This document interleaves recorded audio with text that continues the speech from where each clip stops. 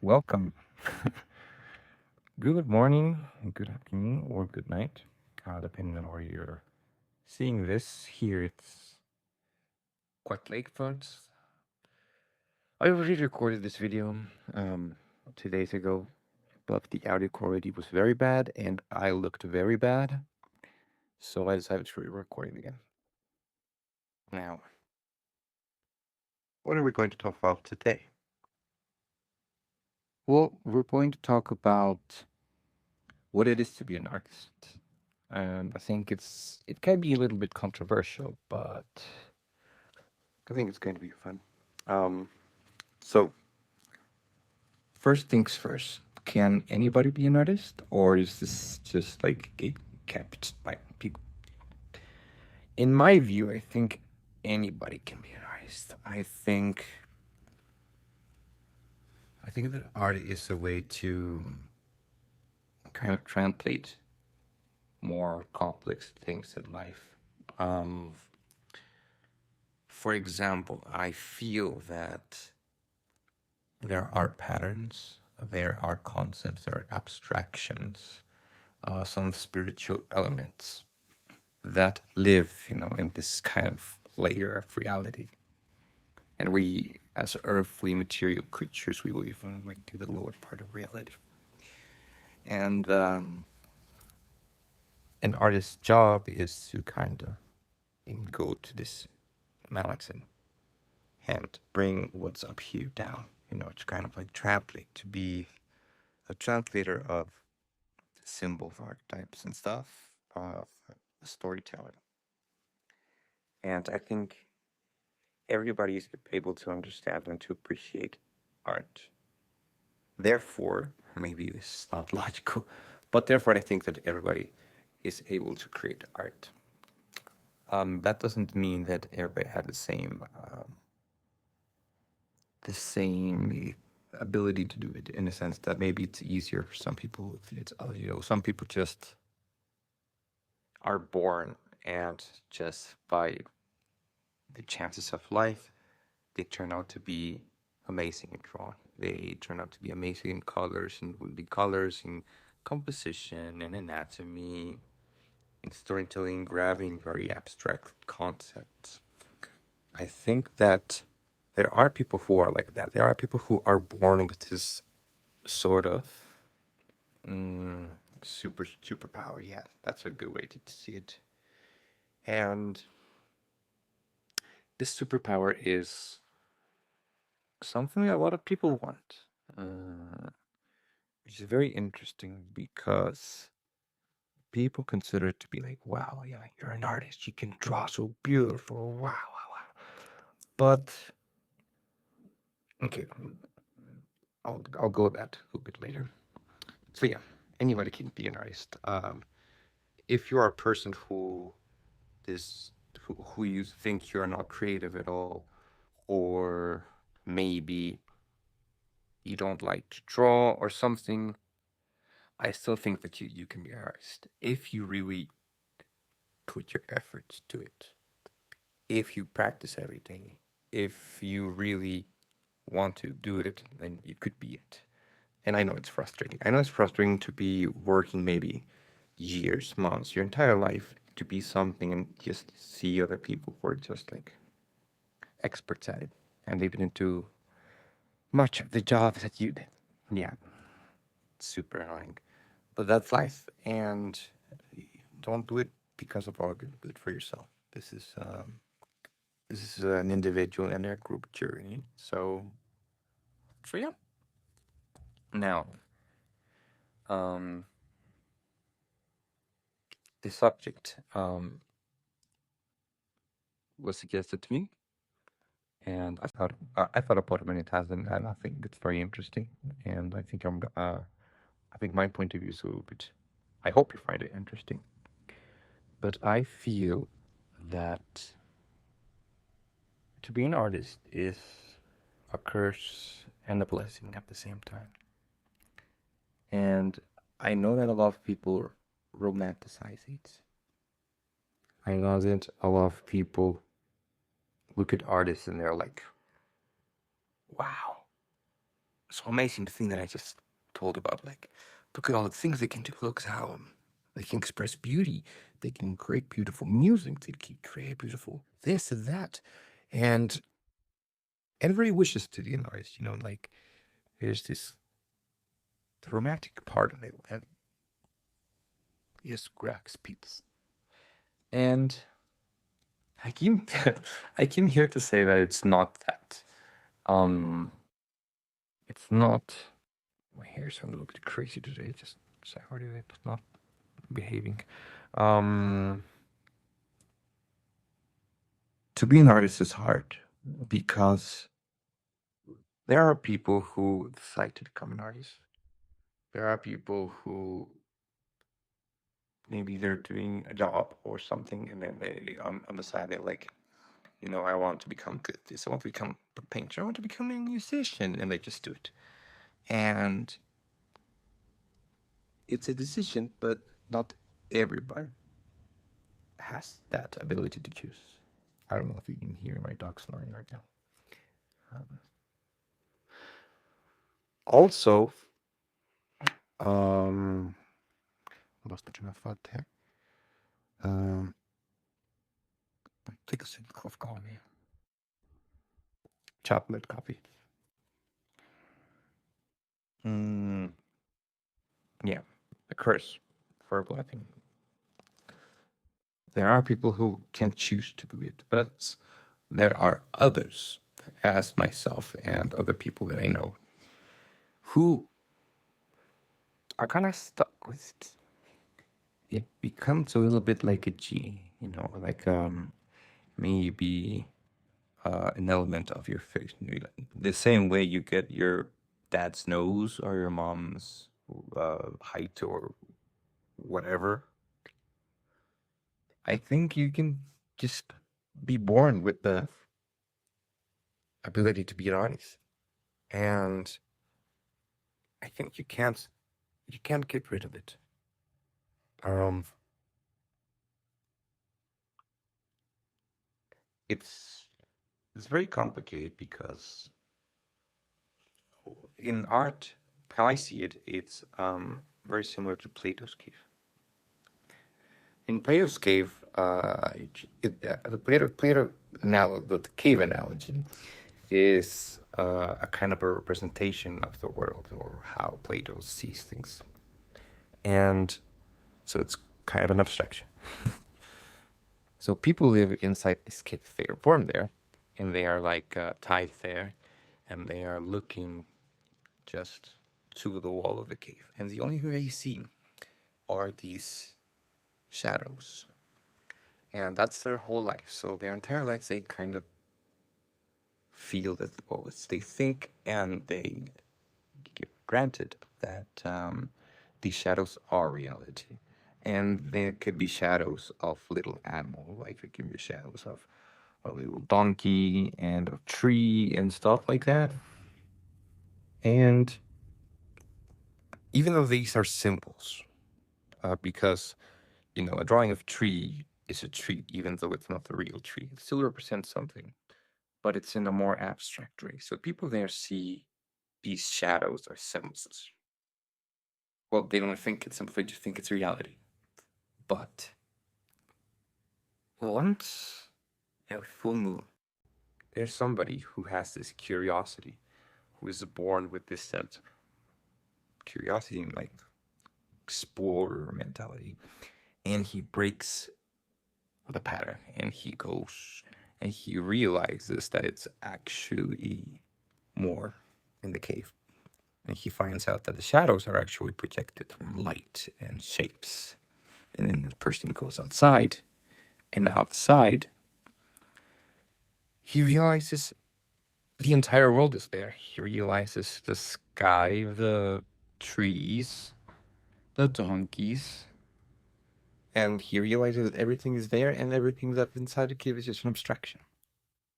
And now he feels that this is like the essence of things and this is reality. And of course, he is with a lot of joy, but he is also maybe a bit sad because he has two options now. He can either stay there and live alone, or maybe he has a moral obligation of going back to the cave and telling everybody about this whole world, and it's like this is real. But there you have a problem, because he goes back and he's told like, hey, these shadows that you're looking at, they're not real. And of course people would be like, what do you mean they're not real? Like, this is reality. You are the one who's crazy. And you can tell them like, let's go outside of the cave. And it would be like, no, I'm not going to go because I don't believe you. So now it becomes this goal of trying to make people understand that there's something more. And I think that's our role as artists. I think we should connect with reality and life in a way that we transmit. We tell the story. We create. We show. But there is something higher than what people are normally seeing, and how we do it is another topic, because we have different types of art and stuff. But I think that's how it is. So sometimes you're born with this innate sense of being an artist. The thing here is that you cannot choose it. When people are born like that, it's something they have to do. You can't just say, no, I will become something else. I won't do art. Because it doesn't work like that.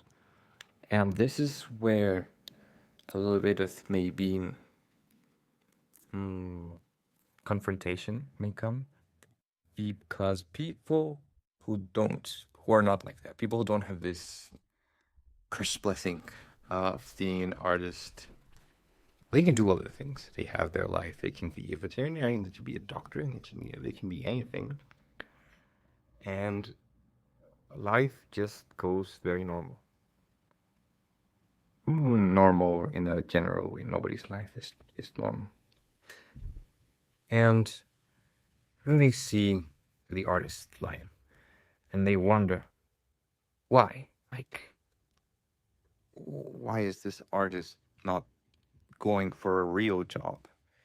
Why is he painting this stuff and trying to live from it? Is he lazy? Is he crazy? And it's very hard, because if you're not in this mindset, it's very foreign, it's very alien. And it's not that easy to understand. For example, I think I was born with this sense of being an artist. I can't not do art. I think if I wasn't able to do art, I would die. I wouldn't be able to live. And I know that there are several people who are like that. I have several friends, a very close friend, that it's part of what they are, it's part of what they do. Could they do something else? Yes, but never stop art. Because I think for us, this way of expression is something that we need to do. We don't do it for admiration. We don't create something for people to say, wow, you're great. We don't. Maybe some people do. We don't create things to become famous. Which like, for example, there's a nice question, which is, imagine there's nobody else in the world. Would you still create art? And you would say yes. And people would be very confused. They would say, but why? Nobody can see it. Nobody can admire it. Why would you create art? And I would say that it's because it's a necessity. You know? It's our way to understand the world. our way to show you the world. And we really take it serious because we go places where nobody else can be. And maybe if we go inside the mind of a regular person, he will have the most normal, general life, human life ever. He would have his problems, maybe boyfriend, girlfriend, work, some problems, health, entertainment, hobbies, etc. And that's awesome. And some Bollywood artists, I think, envy that. I think sometimes me included, we would like to have those thoughts, just normal ones. But we can't. And we don't. We think of things that people wouldn't even think, or they would imagine it's like very useless. Like we would think about light. What is light? Why is light positive? What does the sun mean? What does the moon mean? What is the connection between the moon and the sun? Why do they go together? And why it all works, like we start thinking things of, how can you abstract the concept of love? How can you visually translate trust? How could you create a poem about love just writing down words? It's this kind of way of navigating through the poetry of life. And everything is a poem. Visually, everything is a poem. I think that the beauty of the human body is a poem. I think that nature is a poem. Films are poem. The way we talk is poetic. I think many things are poetry. And some people would say, well, you think that that's so useless. But I cannot stop. And I think Hardy can't stop. I think we just have it as the default mode and we cannot stop. I know that I could be a great engineer. I could be a great programmer. I could be so many things. I think I'm smart. And I know that I could have a good job and earn good money. But I don't want that. I mean, everybody would want money, it fixes all the problems. But there's a calling, and it's to show this hidden world to people. It's this hidden world. My goal is to show you this world. I think the goal of this, of all the artists, is to show you this world.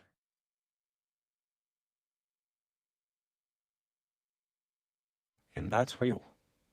I can't go work in an office. I can't be an engineer. I have to think of all of these things and I have to express them. And I love it. I wouldn't trade it for anything. And many people close to me are the same. And they love it too. And this is for all of you, not artists there, to understand. Sometimes it's hard because people don't understand.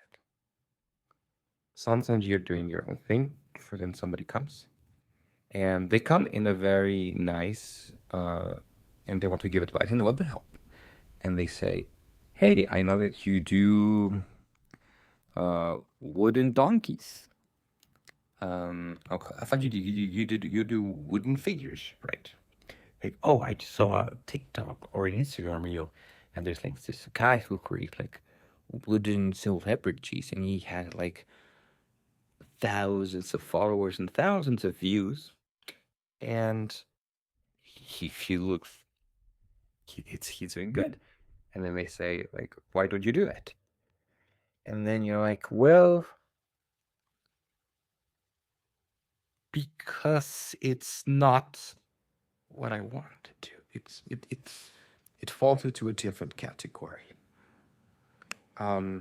And it's complicated because I know that they want to help. They want to be like, hey, you can be like them. Do it. But an artist's message is deeper.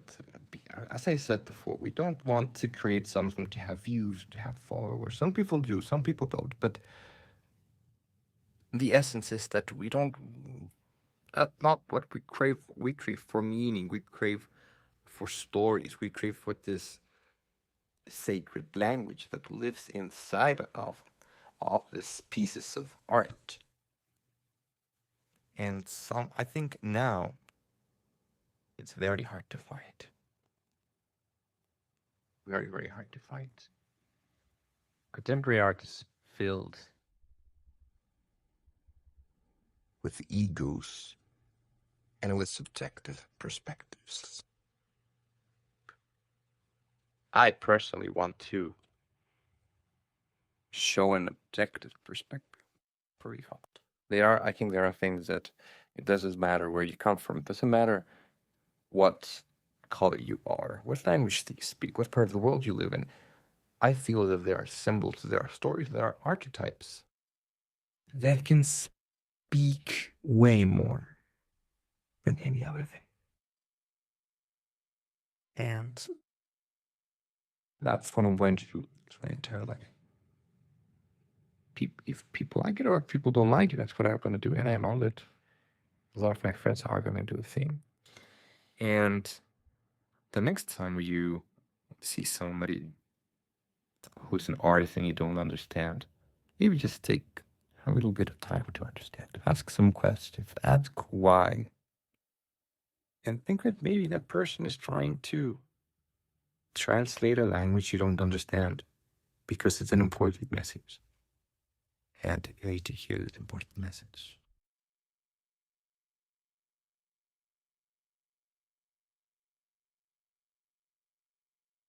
So, I hope it was useful. I see you. Despite